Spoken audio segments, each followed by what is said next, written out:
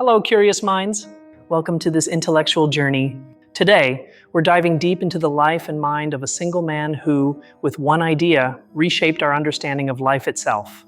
We are, of course, talking about Charles Robert Darwin, a man whose work continues to generate as much awe as it does debate over a century and a half after its publication. But what is his true legacy?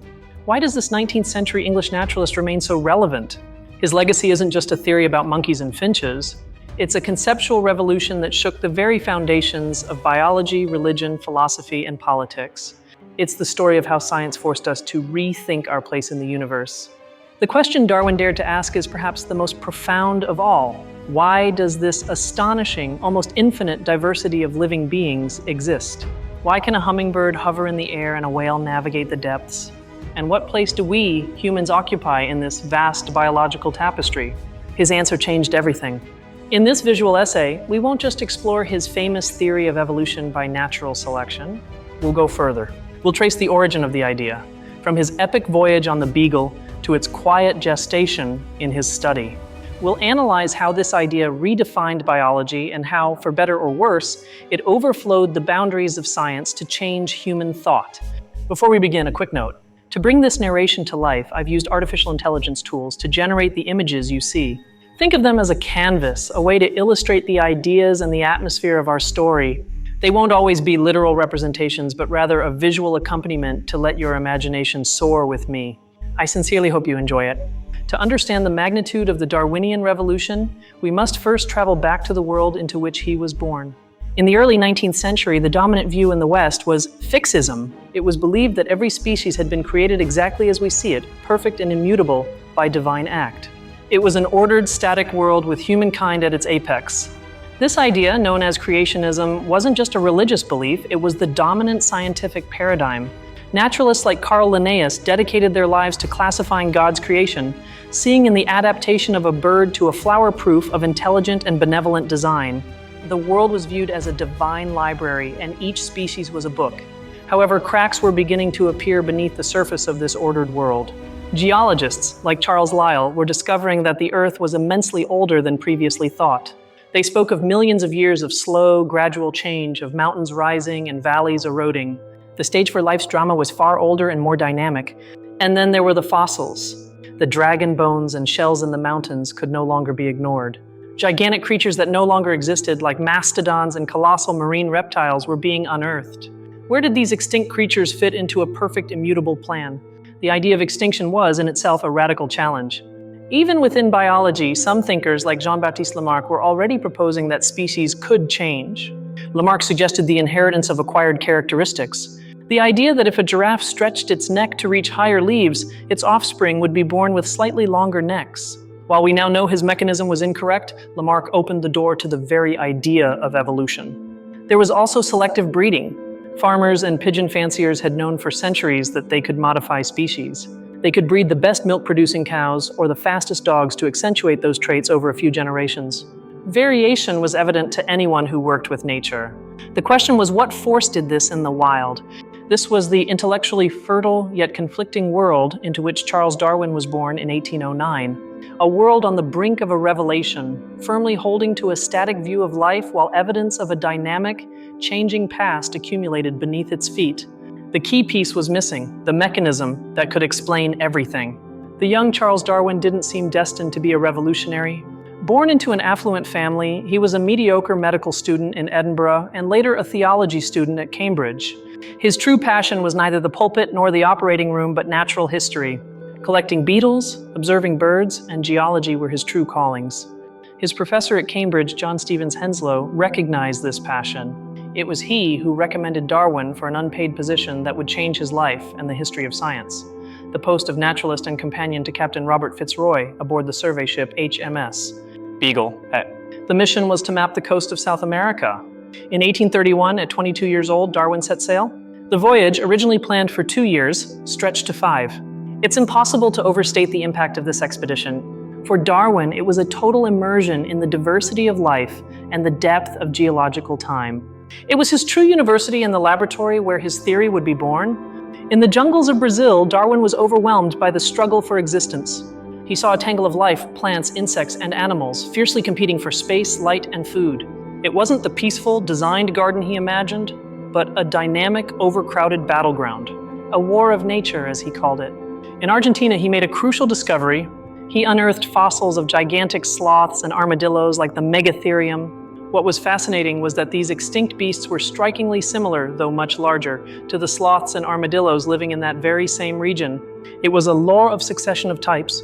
Why did extinct and living species in the same place resemble each other so closely? While in Chile, Darwin experienced a massive earthquake. He saw with his own eyes how the land permanently uplifted several feet. He found fossilized seashells high in the Andes. This was a revelation. The slow geological forces Lyell spoke of were real and could create mountains. The Earth wasn't static, it was actively changing. The Beagle sailed around Cape Horn and crossed the Pacific. The journey took him to remote places, exposing him to a variety of life forms and human cultures. He observed the differences among indigenous peoples, which also sowed seeds in his mind about variation within the human species and its relationship to the environment. And then, in 1835, the Beagle arrived at an insignificant, remote volcanic archipelago 600 miles off the coast of Ecuador, a place that would become synonymous with his name and with biology itself, the Galapagos Islands. At first glance, the Galapagos were a volcanic hell. But Darwin, as a trained naturalist, looked closer. He noticed the marine iguanas, the only lizards that fed in the ocean. And he observed the giant tortoises, noting that local inhabitants could tell which island a tortoise came from just by the shape of its shell. But the most famous clue, though Darwin didn't fully appreciate it at the time, was the finches. He collected several of these birds, similar in appearance but with remarkably different beaks. Some had robust beaks for crushing seeds, others fine beaks for catching insects, and some even used tools. He incorrectly classified them, thinking they were different types of birds. Darwin also noticed the mockingbirds. Unlike with the finches, he did realize that the mockingbirds were different on each island. They were similar to those on the mainland, but clearly distinct varieties. Why would each island have its own version? Had separate species been created for each volcanic rock outcropping? Doubt began to take root. When Darwin returned to England in 1836, he was a respected scientist thanks to the collections he had sent back. But in his mind, he carried a colossal puzzle. He had all the pieces, but he still couldn't see the complete picture. He dedicated himself to organizing his findings and consulting experts. Ornithologist John Gould gave him surprising news. Those birds Darwin had collected in the Galapagos weren't different types of birds at all. They were all in fact finches, distinct species, but all descended from a common ancestor. The same was true for the mockingbirds. This was a fundamental eureka moment. The conclusion was inescapable: species were not fixed. An ancestral group of finches must have arrived from the South American mainland to the Galapagos. Then, isolated on different islands with different food sources, they had slowly transformed. They had evolved into new species, each adapted to its particular environment. This idea of descent with modification explained the other clues. It explained why armadillo fossils resembled living armadillos in the same area. They were their ancestors. It explained why species on the islands resembled those on the nearest continent. They had migrated from there and then changed. In 1837, Darwin sketched a diagram in his notebook. A simple tree-like drawing. At the base, he wrote 1, representing a common ancestor. From it, branches emerged, which in turn divided into more branches and twigs, some ending, extinction, and others continuing. Above it, he wrote, I think. It was the first visualization of the tree of life. Darwin had the evidence that evolution was happening. Fossils, island biogeography, anatomical similarities, everything pointed to it. But he was missing the most important piece, the mechanism. How did change occur? What was the natural force that, like a pigeon breeder, selected which traits survived and which vanished? The answer came to him, curiously enough, not from biology but from economics. In 1838, Darwin read an essay on the principle of population by economist Thomas Malthus. Malthus argued something grim, that human populations grow exponentially while resources, food, grow arithmetically. This imbalance, Malthus argued, meant that human life was condemned to a struggle for existence, where famine, disease, and war were natural population controls. For many, it was a depressing idea. For Darwin, it was the second eureka. He realized this struggle applied not just to humans, but to all of nature. Darwin connected the pieces. First, all organisms produce more offspring than can survive. An oak tree produces thousands of acorns, a fish lays millions of eggs.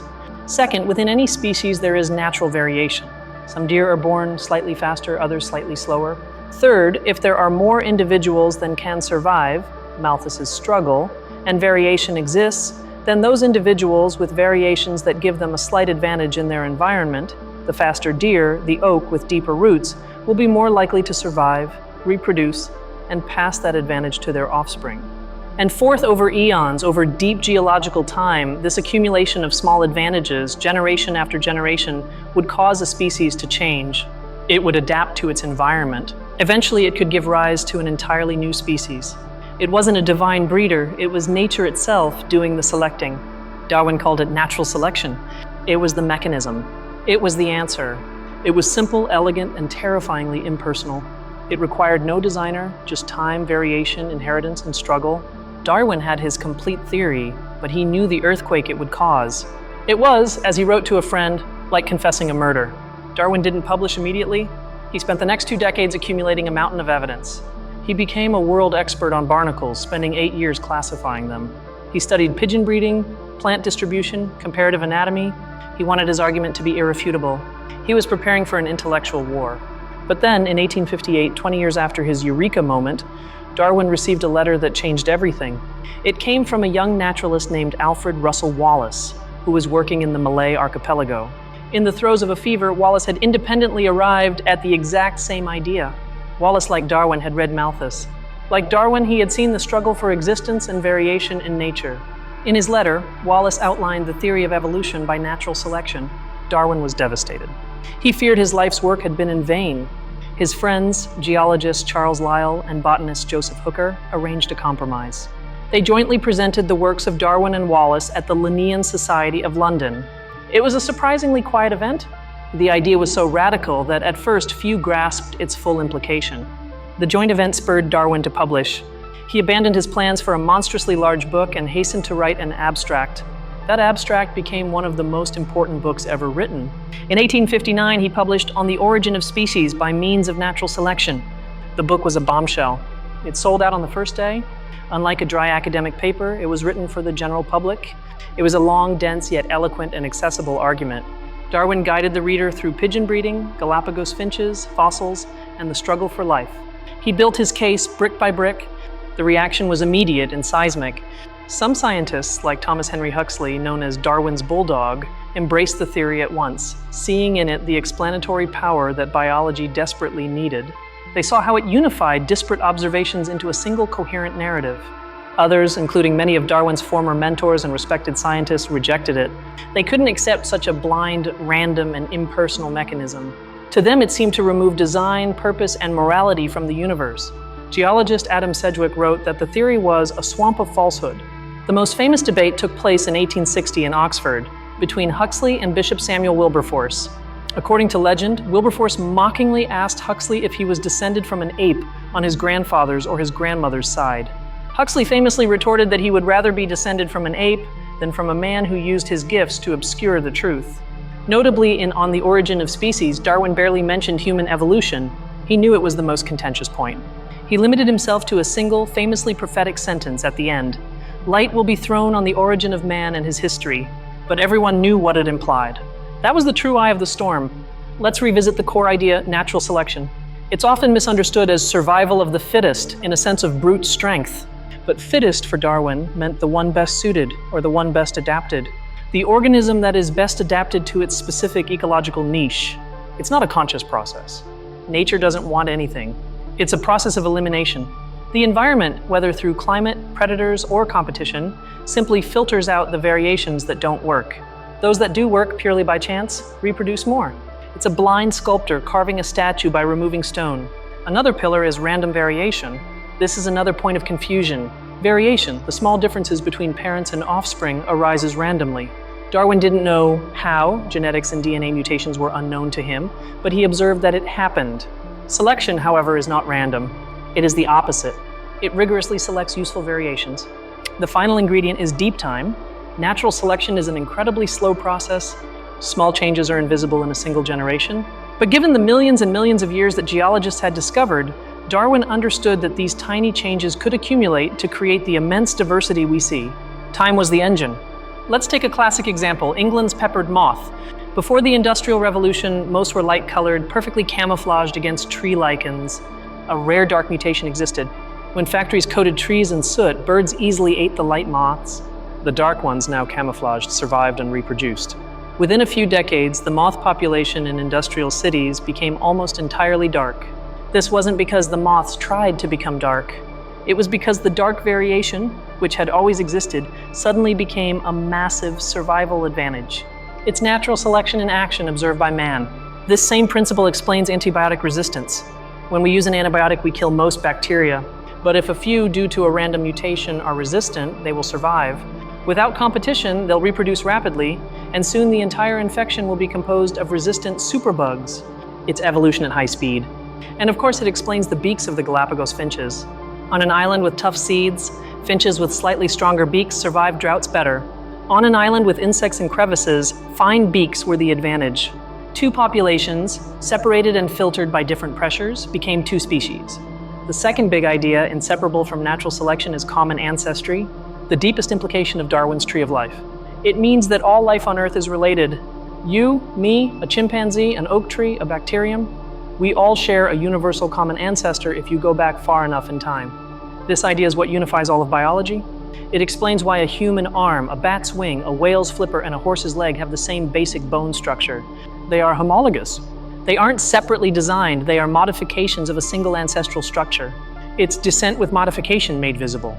Darwin finally addressed the human problem in 1871 in his book, The Descent of Man. Here he applied his theory directly to our species. He argued that we, like any other species, had evolved from an earlier ancestor. He pointed to our anatomical similarities with great apes, concluding that our closest common ancestor was in Africa. For many, this was the hardest part to accept. Not just that life evolved, but that humanity was not a special, separate creation. We were part of the tree of life, a glorified ape, as his critics put it. This challenged millennia of philosophical and religious thought that placed man on a pedestal, separate from nature. Darwin went further. In The Expression of the Emotions in Man and Animals, he argued that our deepest emotions, fear, anger, love, surprise, also had evolutionary roots. Facial expressions, like baring teeth in anger, were vestiges of actions useful to our animal ancestors, such as preparing to bite. Darwin's revolution, therefore, wasn't just biological, it was cosmological. Copernicus moved Earth from the center of the universe. Darwin moved humanity from the center of creation. He transformed us from fallen angels into upright apes. It was the final blow to anthropocentrism, the idea that the universe revolves around us. Within biology, the impact was total. The theory of evolution by natural selection became the great unifying principle. Before Darwin, biology was a collection of disparate facts, like a catalog. After Darwin, it had a central narrative. Biologist Theodosius Dobzhansky would later say, "Nothing in biology makes sense except in the light of evolution." Paleontology was transformed. From being a hunt for curiosities, it became the search for missing links, or more precisely, transitional forms. The discovery of Archaeopteryx, a creature with bird feathers and a reptilian skeleton, was a spectacular confirmation of Darwin's prediction that such intermediate forms must exist. Comparative anatomy and embryology took on new meaning. Why do human embryos have structures similar to fish gills in their early stages? It wasn't capricious design, but a vestige of our aquatic evolutionary past. Our embryonic development, in a way, recapitulates our ancestral history. However, Darwin's theory had a major hole, and he knew it. He couldn't explain how inheritance worked. How did parents pass traits to their offspring? And how was variation created in the first place? The dominant idea of blending inheritance, like mixing paints, actually contradicted his theory, as it would dilute any new advantage. Ironically, the answer was being discovered around the same time by an Augustinian monk in Moravia, Gregor Mendel. His pea plant experiments revealed particulate inheritance, genes, which don't blend but are transmitted as discrete units. But his work remained in obscurity until the early 20th century. When Mendel's work was rediscovered, it wasn't immediately seen as Darwin's salvation, but rather as a rival theory. Decades passed until the 1930s and 40s for the modern synthesis to occur. Scientists like Fisher, Haldane, and Wright merged Mendelian genetics with Darwin's natural selection. They created the foundation of modern evolutionary biology. This synthesis defined evolution as a change in allele frequencies, gene variants, in a population over time. The variation Darwin observed was caused by random mutations in DNA. Natural selection was the filter that decided which mutations became more common. Darwin's hole was filled, but Darwin's legacy extended far beyond biology, often in ways he never foresaw and likely would have disapproved of. The idea of struggle for existence was hijacked by philosophers and economists to create a dangerous ideology, social Darwinism. Thinkers like Herbert Spencer coined the phrase survival of the fittest and applied it to human societies. They argued that ruthless economic competition, colonialism, and social inequality were simply nature selecting superior individuals, races, and nations. It was a scientific justification for cruelty and laissez-faire economics. This distortion of Darwin's thinking had catastrophic consequences. It became the ideological basis for eugenics, the movement that sought to improve the human race through selective breeding, often forced, and the sterilization of those deemed unfit. This, in turn, directly influenced the genocidal racial ideologies of the 20th century.